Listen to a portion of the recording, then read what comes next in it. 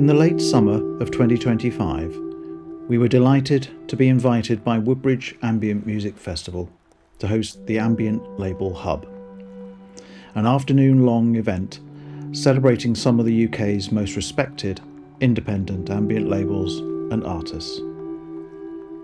Together, Whitelabrecs, Driftworks, Evergreen Music, Rusted Tone Recordings and Elm Records curated an inspiring programme of performances, label showcases, Q&As and open discussions. The event aimed to highlight the vital role independent labels play in today's music ecosystem and offered valuable insights for emerging artists on how to build organic relationships with labels and approach demo submissions thoughtfully. Nestled in the heart of Suffolk, Woodbridge Ambient Music Festival has, over the past 4 years, become a cherished event for ambient music enthusiasts. Under the tireless direction of founder Jan Pulsford, the festival brings together like-minded individuals for a weekend filled with talks, performances, sound walks and workshops, all centred around a deep love for ambient soundscapes and experimental music. It was an absolute pleasure to spend the weekend alongside such talented and passionate individuals. The festival continues to be a beacon for creativity and community within the ambient music scene.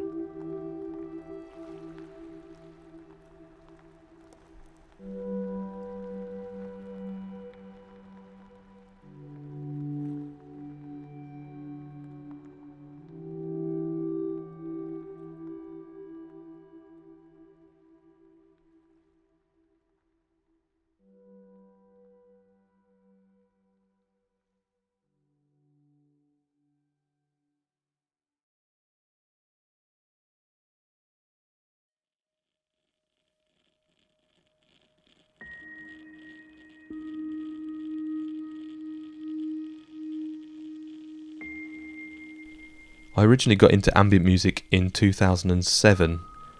That year I'd got an iPod Classic and was just diving into iTunes regularly and discovering all kinds of weird and wonderful music, which eventually led me to the work of Brian Eno and Harold Budd. Before long I was making playlists for my iPod Classic, and I would find that I would often listen to ambient music after long nights DJing in loud clubs with my ears aching.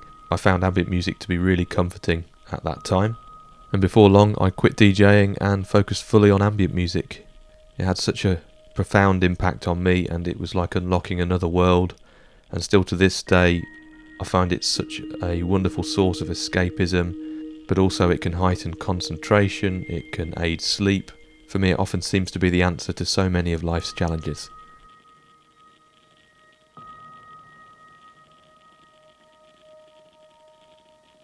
For me, personally, ambient music is an escape from the madness of the real world. It's something that I can completely absorb my senses in and just lose time itself. It's just a great listen, isn't it? A lot of people sort of tune out while listening to it, or they relax, or maybe they feel it's helpful to their health and mental well-being. I think all of those are true for me, but I just find it takes you to a different place, doesn't it, mentally? And I really love that. Ambient music offers a way of listening that feels deeply humane. It doesn't insist on narrative or resolution, but instead mirrors how we actually experience memory and place. Fragmented, drifting, layered. I'm drawn to its ability to hold space for reflection and stillness, and to its closeness to the everyday sounds of the world. For me, ambient music is less about escape and more about paying closer attention to what's already around us. My name is Andrew Heath, and I run the small, boutique ambient music label Driftworks.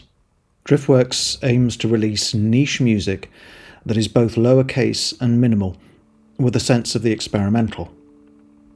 Having a background in graphic design and being married to an artist, I like to present releases in a sensitive, visual way. I also like to create limited editions that to a degree enhance CDs with delightful booklets full of images and texts from the artists. One thing that was a defining reason for me setting up Driftworks is a quote from American experimental composer Pauline Oliveros, in which she said, "Don't try and build a career, build a community." I started Whitelabrecs back in 2016, and it's inspired by my love for vinyl records from back in my DJing days. I discovered recordable blank CDs that looked just like vinyl records, and I had an idea that I could recreate the white label vinyl record but in CD format. The ethos back then was to make handmade editions in limited runs of 50 copies, but after running 50 editions of those I decided to stop hand burning CDs and start printing them instead. But importantly, the printed CDs still look like mini vinyl records, as it was important for me that the label continue to be inspired by my love for vinyl. Musically, I have a really diverse taste, and it was never my intention to be specifically an ambient music label, but I think it's grown into being more recognised for ambient music than anything else. Well, I suppose the ethos of Evergreen Music is really focusing on the environmental aspects of physical media for music distribution. We were really interested to try and make the environmental impact as minimal as possible. Just as a little example of how a music label can be sort of environmentally benign, because a lot of labels release things like CDs and vinyl, which have a terrible impact on the environment. So we decided that the most environmentally sound method of distributing music, apart from downloads, would be upcycled cassettes. So what we do is we buy old cassettes and reuse them. That's the main ethos, really. And the other thing is we've tried to make the entire label carbon neutral. So again, it's been a rather interesting and fun experiment to try and do it in as environmentally sound a way as possible. I've been running the independent record label Elm Records for about 13 years now. Elm Records was founded as a quiet space for listening. The ethos is rooted in attentiveness to sound, to landscape. Aesthetically, the label leans towards organic, tactile forms of ambient music, recordings that feel lived in rather than polished. Where field recordings, acoustic instruments and restrained electronics coexist. I'm interested in work that unfolds slowly and allows space for memory and place to surface, rather than demanding attention. Elm Records is less about genre and more about a shared sensitivity to environment and time. I started Whitelabrecs as an artist myself, and I'd released on quite a few other labels, so I was pretty clear on the roles that record labels play for artists. And I think it's not unusual for small independent record labels across various scenes being run by artists themselves, just like me. And I think one of the biggest roles that a label can play for artists is that they'll have built up a fan base and a reputation as a curator, and so releasing with a label gives artists a chance to connect with the label's fan base and to be seen by association as connecting to that very scene. I also think to run a record label well, you do have to do an awful lot of administration, and for many artists this isn't particularly fun.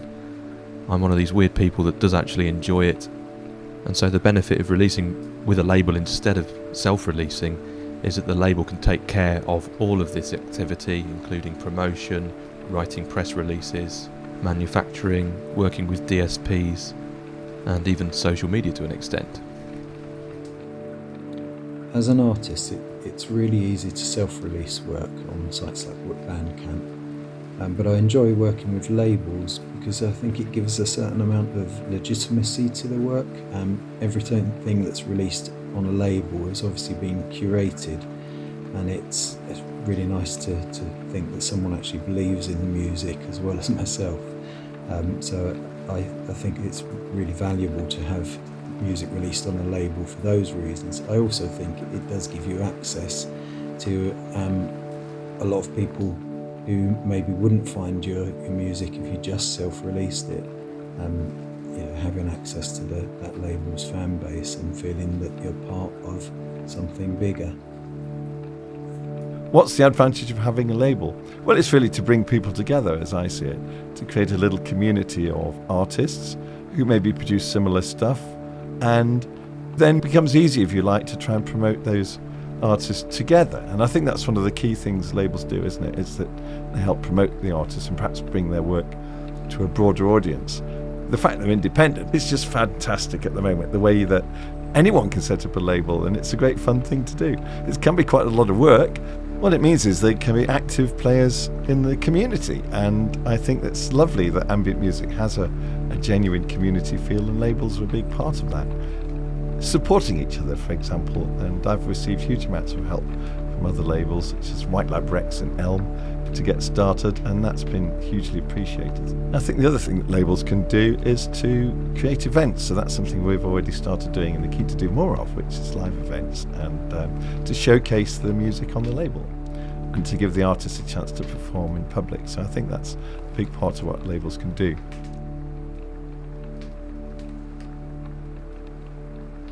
Small independent labels can respond to artists quickly and are able to release music in very low quantities. They are run by people who are passionate about what they do, rather than looking at financial rewards, and often go to great lengths to create further engagement with the ambient music scene. So there is a sense that they are working alongside artists, rather than just releasing their music. Independent labels operate outside the pressures of scale and speed that dominate much of the wider industry. That freedom allows for risk, patience and nuance, qualities that are vital for artistic growth. Independent labels offer a collaborative relationship rather than a transactional one. Artists benefit from having their work contextualised thoughtfully through artwork, writing and release pacing, and from working with people who are genuinely interested in their creative direction. There's often more room for dialogue, experimentation, and long-term development. For many artists, that sense of trust and shared vision can be just as valuable as wider exposure. Over my years of running record labels, there have been so many challenges at every turn. Just when you think things are going well, there's something else that crops up that makes things a little bit difficult. Social media becoming more and more difficult to reach people, an increasing preference amongst listeners for streaming services really hitting the revenue of the label. And then one of the biggest challenges as well, I think, is how a record label can grow. Often it starts out as just as a bit of fun really, and as a project to get your teeth into, but over time it can grow into more of a mini business of sorts. There are many challenges that face small independent labels. Maintaining momentum behind releases and general scheduling are always hard, and trying to ensure that you have made enough money to pay for the next release's production costs is a constant obstacle. The big challenge always is finding the audience, isn't it? There's lots of people out there who are passionate about music, and ambient music in particular, but reaching them is often quite challenging. And of course, everybody's being assailed from all directions about what they should be listening to. And of course, in terms of social and economic shifts, most people listen to their music via streaming these days. So the label has to grapple with that too. Sustainability is a constant challenge, financially, emotionally, and in terms of time. Rising production costs, shifts in how people consume music, and the general precarity of creative work all have an impact. I've adapted by keeping the label intentionally small and flexible, focusing on limited releases and meaningful connections rather than scale. Embracing digital platforms thoughtfully, while still valuing physical formats as objects of memory, has also been important. If you've not yet heard of Whitelabrecs and it sounds of interest, then you can find out more on whitelabrecs.bandcamp.com, where all the music is available to stream in full. Or alternatively, there's a bit more information on the website, which is whitelabrecs.com. There's an about page where I go into a little bit more detail about my history with ambient music. And you can also join the label email community, where I'll send between 1 and 3 email newsletters a week about what's going on with the label. things like blog posts, listening parties, new releases, and behind the scenes stuff. Driftworks is online at driftworks.uk and also through Bandcamp.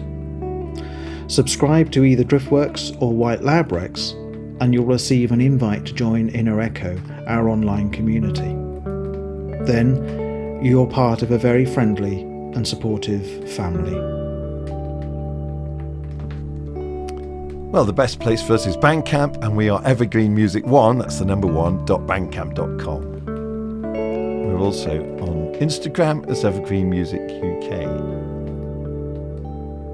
People can connect with me through Elm Records online platforms such as Bandcamp, Instagram and Facebook, where my own work and the artists of the label are documented. I also share ongoing projects, audio-visual work and reflections through my personal Facebook, Bandcamp and Instagram pages. These spaces function as extensions of the work itself, places for slow engagement rather than constant updates.